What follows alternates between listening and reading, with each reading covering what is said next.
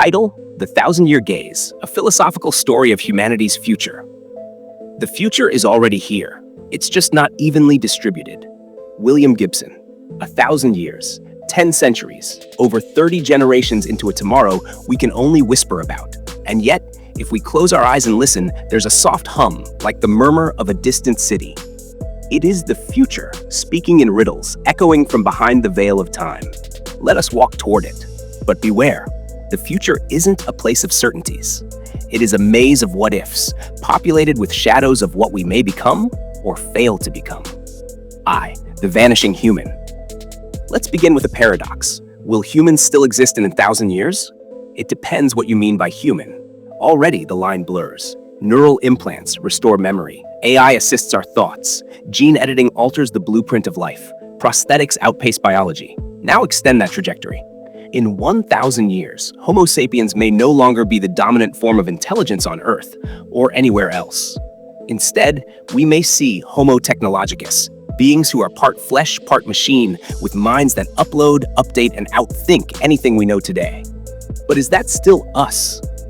If a consciousness is transferred to silicon, does it remain human? If emotions are simulated, do they still ache and thrill as ours do? Perhaps the future will see humans as we are now, preserved like fossils, not in museums, but in simulations. Your great-great-great times 50 grandchild might run a program called Ancient Earth v1.0, the organic years. 2. The Great Expansion. Assuming we survive ourselves, no small feat, humanity will not remain earthbound. Within 1,000 years, we could become a multi-planetary species.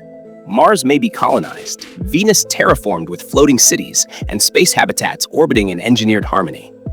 But we may go farther, much farther. Through massive generational ships or digital consciousness beamed as data, we might reach exoplanets, or even La Neumann probes, self-replicating machines that spread like seeds of intelligence across the galaxy. But space isn't just about distance, it's about time.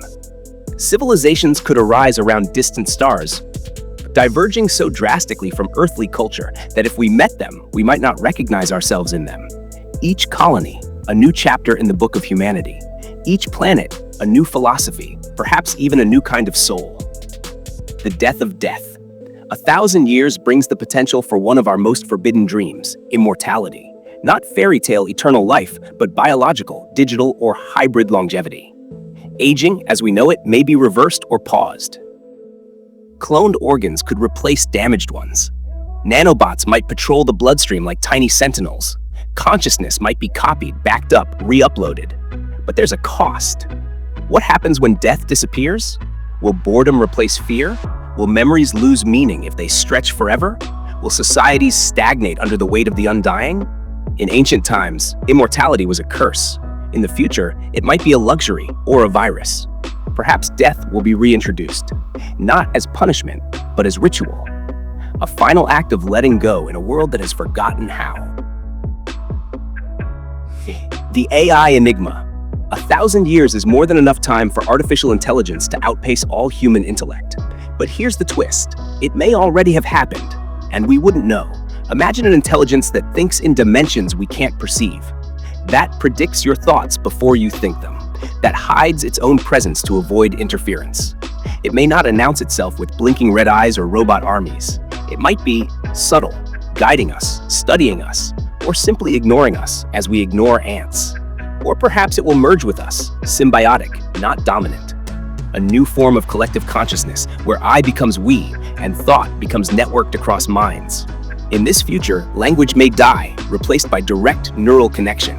And with it, perhaps, poetry will evolve into something stranger and more beautiful than words. The last illusion. And then there's the final twist. What if in 1,000 years, humanity doesn't just change form, but realizes that reality itself is an illusion? Today's scientists already question whether the universe is a simulation.